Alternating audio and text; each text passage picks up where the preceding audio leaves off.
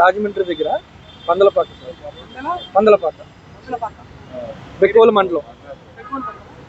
మండలం emergency exit open ఏ డోర్లు ఏ అద్దాలు ఓపెన్ అవ్వలేదు సార్. వెనకాల వాళ్ళ బద్దలో కొడితే దెబ్బ కొడుతుంటే ఈ అద్దం పగిలింది. అందులోంచి మేము బయటకు వచ్చాం సార్. పెద్ద అద్దం కాదు సార్, ఓన్లీ డోర్ కున్న అద్దం అందులో ఉంచండి. అందరూ చాలా ట్రై చేసి అప్పర్ 19 అండి, U19 లాస్ట్. నేను దిగలేదు సార్. మెలకు వచ్చేటప్పటికే డోర్ని బద్దలు కొడుతున్నారు. ఆ మొత్తం అంతా కూడా మసక పొగతో మసకపోయింది. ఎవరేం తెలుసుకోలేదు సార్. ఏమైంది అనే లోపు నన్ను పైనుంచి కింద ఎవరు ఉన్నారో వాళ్ళు ఎవరు అందులో చెయ్యట్టు లాగేది, లాగుతూ లోపల నుంచి బయట లాగేశారు సార్. వాళ్ళు పడిపోయి నేను బయట పడిపోయాను. ఇప్పుడు మీ సీట్ పక్కన ఉన్న వాళ్ళు ఉన్నారా అండి? నాది సింగిల్ సీట్ అండి. అప్పుడు కింద కూడా మరి ఎవరు ఉన్నారో తెలీదు. నా పక్కన డబల్ అండి. ఓకే అండి. 2:30 మధ్యలో నేను లాస్ట్ సీట్ నాదండి. బ్యాక్ ఎండింగ్ సీట్ నాదే.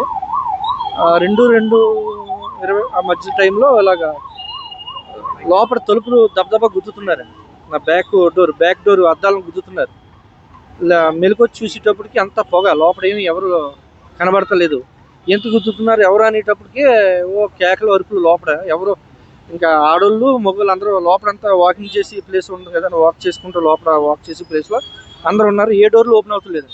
ఈలోగా మళ్ళీ రెండోసారి కిందకి దిగుదాం అనేటప్పటికి నాది అప్పర్ అండి. కింద దిగుదాం అనేటప్పటికి అద్దం బదలు కొట్టేశారు. వాళ్ళిద్దరూ దూకుతో పాటు నన్ను కూడా చెయ్యట్టుకుని కిందకి లాగేశారు. నా వెనకాల కూడా ఇంకొక ఆయన కూడా నా మీద పడిపోయారు. కింద పడిపోయాక ఒక 2-3 నిమిషాలు మాకేం తెలియలేదు. అప్పుడు బస్సు పక్క ఆపి ఉందండి. లేచి చూసేటప్పటికి ఆల్రెడీ ఫ్రంట్ అంతా కాలిపోయి ఫైర్ అయిపోయి పేలిపోతుందండి. టప్ సౌండ్తో పేలిపోతుంది.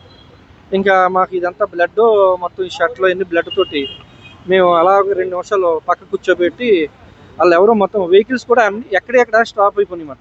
వాళ్ళు ఎవరో కారులో ఇన్నోవాళ్ళు ఎవరో వచ్చారు. ఆ కారులో నన్ను ఇంకో 2 ఉన్నారు. ముగ్గురిని కారులో వర్షం పడుతుంది. ముగ్గురు కూడా మా ముగ్గురిని కూడా వాళ్ళు తీసుకుని వెళ్ళిపోయారు సార్. హాస్పిటల్లో జాయిన్ చేశారు సార్.